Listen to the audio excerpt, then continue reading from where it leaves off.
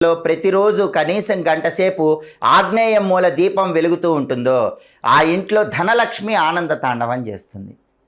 అలాగే లక్ష్మీదేవి చాక్షువ అనే మన్వంతరంలో పద్మం నుంచి పుట్టిందని పద్మపురాణంలో చెప్పారు.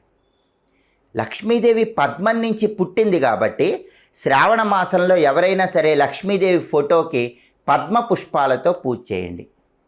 ఎక్కువ పద్మ పుష్పాలు దొరక్కపోయినా ఒక్క పద్మ పుష్పమైనా సరే లక్ష్మీదేవి ఫోటో దగ్గర పెట్టి ఓం పద్మప్రియాయై నమః అని 21 సార్లు చదువుకోండి.